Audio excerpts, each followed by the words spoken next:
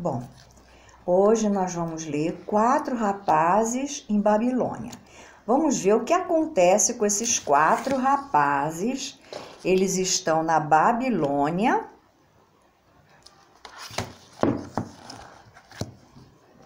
Uma cidade bem longe daqui.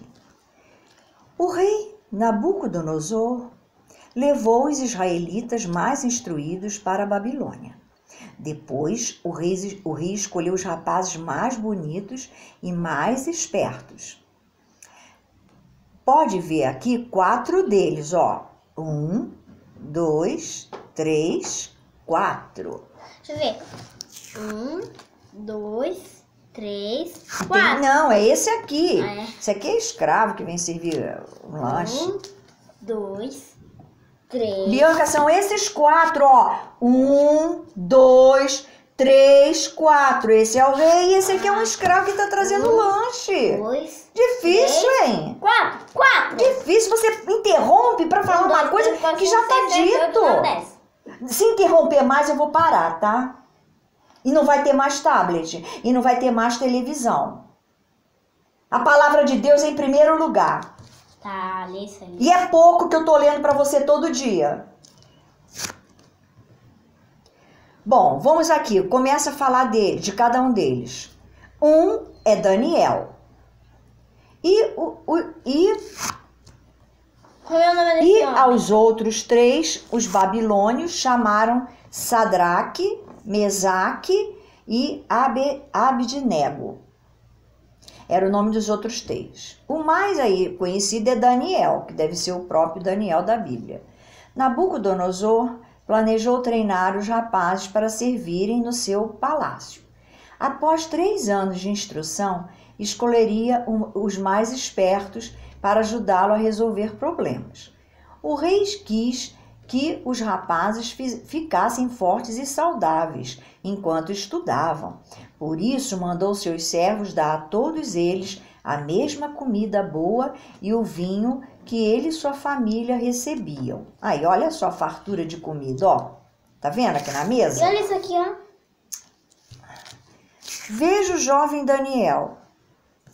Sabe o que ele disse a Aspenaz, principal servo de Nabucodonosor? Daniel lhe disse que não queria comer as coisas gostosas dessa mesa do rei. Mas Aspenaz ficou preocupado.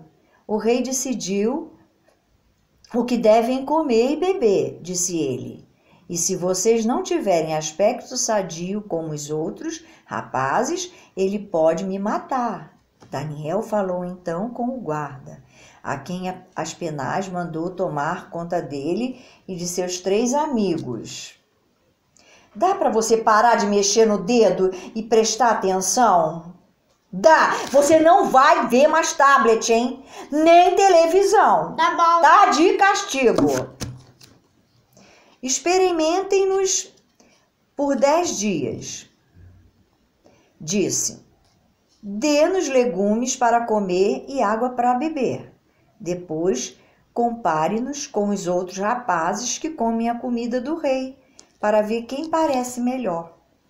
O guarda concordou com isso. E, no fim dos 10 dias, Daniel e seus 3 amigos pareciam mais fortes do que todos os outros rapazes. Assim, o guarda deixou que comessem legumes em vez de a comida do rei.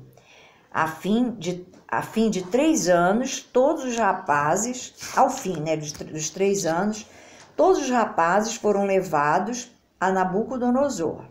Depois de falar com todos eles, o rei achou Daniel e seus 3 amigos, os mais espertos. Ficou com eles no palácio para que o ajudassem, sempre que o rei fazia perguntas a Daniel, Sadraque, Mesaque e Abidnego. Eles sabiam 10 vezes mais do que os sacerdotes ou os sábios dele. Então, esses 4 rapazes em Babilônia era Daniel, o nome deles era Sadraque, Mesaque e Abidnego. Olha, todos eles são homens bíblicos, entendeu? Tudo faz parte da Bíblia. Então você viu os rapazes quem eram? Qual é o nome que você lembra desses 4 rapazes? Um nome aí deles. Não sei. Davi. E o rei aqui, quem era? Nabucodonosor. Bom, vamos ler a próxima historinha por hoje. Destruição de Jerusalém. Olha o fogo ardendo. Olha o fogo ardendo. Queria tanto isso aqui. O que você queria? Ver tanto o quê? E eu falei, eu queria tanto uma avó obediente. Destruição de Jerusalém. Isso aqui é fogo? É, No tá pegando castelo? fogo, é. No castelo. Deve ser Jerusalém. Olha o povo como é que saía correndo da cidade. Vamos ver o que aconteceu? E olha uma mulher e um menino. Menino, e esse aqui é um homem também, e aqui é um guerreiro. Ó, passaram-se 10 anos desde que o rei Nabucodonosor levou para a Babilônia os mais instruídos israelitas. E veja o que aconteceu então. Jerusalém foi queimada. Olha onde nasceu Jesus. E os israelitas que não morreram foram levados como presos para a Babilônia. Lembre-se de que os profetas de Jeová avisaram de que isso ia acontecer. Se as pessoas não mudassem de proceder, né? Mas os israelitas não escutaram os profetas, continuaram adorando deuses falsos em vez de Jeová. Por isso, mereceram ser castigados. Sabemos isso porque Ezequiel, profeta de Deus, nos fala sobre as coisas más que os israelitas fizeram. Sabe quem era Ezequiel? Era um dos rapazes que o rei Nabucodonosor levou para a Babilônia. Olha um monte de pessoa correndo fora do castelo. Eles estão sendo levados para ser escravos. 10 anos antes da grande destruição de Jerusalém, Daniel e seus 3 amigos, Sadraque, Mesaque e Abidnego, também foram levados no mesmo tempo. Lá em Babilônia, Jeová mostrou a Ezequiel as coisas más que se faziam no templo em Jerusalém. Jeová fez isso por meio de um milagre. Ezequiel ainda estava em Babilônia, mas Jeová o deixou ver o que faziam lá no templo. E o que ele viu foi chocante. Veja as coisas nojentas que o povo faz ali no templo, disse Jeová a Ezequiel. Olha o que Jeová falou, hein? Coisas nojentas. Veja as paredes cheias de cobras e de outros animais. E olhe para os israelitas, que os adoram. Ezequiel pôde ver isso e escreveu sobre o que aconteceu. Vê o que os chefes dos israelitas fazem em segredo? Perguntou Jeová a Ezequiel. Sim, ele os viu. 70 homens adoravam deuses falsos, diziam. Jeová não nos vê. Ele saiu do país. Você viu? Daí, vamos acabar aqui. Daí, Jeová mostrou a Ezequiel algumas mulheres no portão norte do templo. Sentadas ali, adoravam o falso deus Tamuz, e havia uns 25 homens na entrada do templo de Jeová. Ezequiel os viu. Eles se inclinavam para o leste e adoravam o sol. Esta gente não me respeita, disse Jeová. Não só fazem coisas más, mas as fazem logo no meu templo. Por isso, Jeová prometeu: sentirão a força da minha ira. Não vão ter pena deles quando forem destruídos. Não vou ter pena deles quando forem destruídos. Apenas uns 3 anos depois de Jeová ter mostrado a Ezequiel essas coisas, os israelitas rebelaram-se contra o rei Nabucodonosor. Portanto, este foi lutar contra eles. Após 1 ano e meio, os babilônios penetraram nos muros de Jerusalém e queimaram toda a cidade. Então foi os babilônios que queimaram a cidade de Jerusalém. A maioria do povo foi morta ou levada presa para Babilônia. Por que Jeová deixou esta terrível destruição acontecer aos israelitas? Sim, porque não escutaram a Jeová e não obedeceram às suas leis. Isso mostra que é importante que sempre que façamos o que Deus manda. No começo permitiu-se que alguns continuassem na terra de Israel. O rei Nabucodonosor encarregou deles um judeu chamado Gedalias, mas alguns deles mataram Gedalias. Então o povo teve medo de que os babilônios viessem e os destruíssem por causa disso. Obrigaram Jeremias a acompanhá-los na fuga ao Egito. Tá bom. Você não tem mais tablet nem televisão.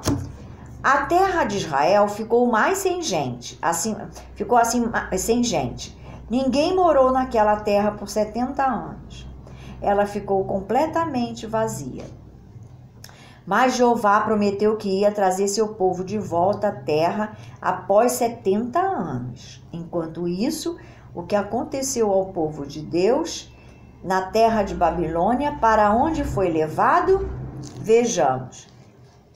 Desde o cativeiro em Babilônia até a reconstrução dos muros de Jerusalém.